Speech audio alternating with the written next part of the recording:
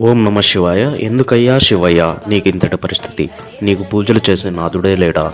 ఇంత పెద్ద అరణ్యంలో పూజలు లేకుండా ఇలా ఒంటరిగా మిగిలిపోయావా? ఆ శివయ్యే మమ్మల్ని ఈరోజు తన దగ్గరకు రప్పించుకున్నాడా అన్నట్లు నాకు అనిపిస్తుంది.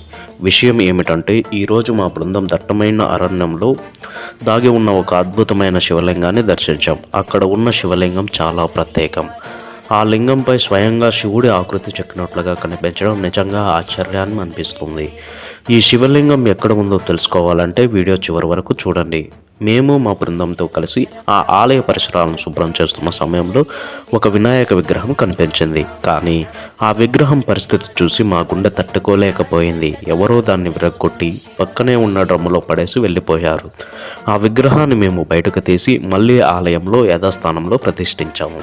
ఆ తర్వాత ఆలయాన్ని పూర్తిగా శుభ్రం చేసి శివయ్యకు అభిషేకం చేసి దీపాలతో ఆలయాన్ని అలంకరించాము. ఆ దీపాల కాంతుల్లో ఆ శివాలయం కనిపించిన దృశ్యం నిజంగా మాటల్లో చెప్పలేనంత అందంగా ఉంది.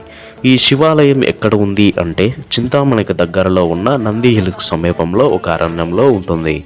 ఈ ఆలయ ప్రాంగణం నుంచి చూస్తే నంది హిల్స్ చాలా స్పష్టంగా కనిపిస్తుంది. మీరు ఎప్పుడైనా నంది హిల్స్కి వెళ్తే తప్పకుండా ఈ పవిత్ర స్థలాన్ని దర్శించండి.